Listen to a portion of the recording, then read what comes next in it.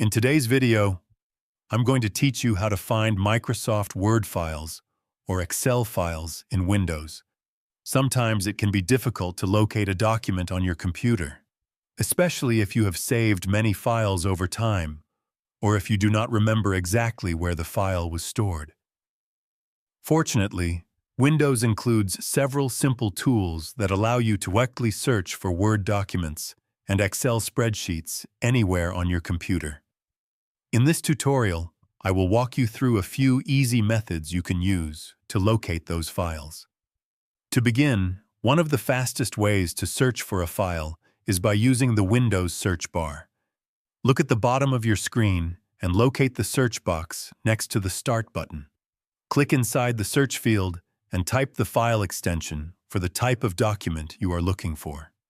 If you are searching for a Microsoft Word file, type .doc or .docx.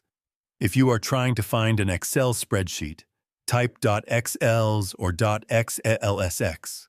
After typing the extension, press Enter, and Windows will display a list of matching files found on your computer. If you have an idea of where the file might be saved, you can also search inside specific folders such as Documents, Desktop, or Downloads.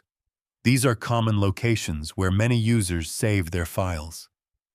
Searching within these folders can sometimes make the results appear faster.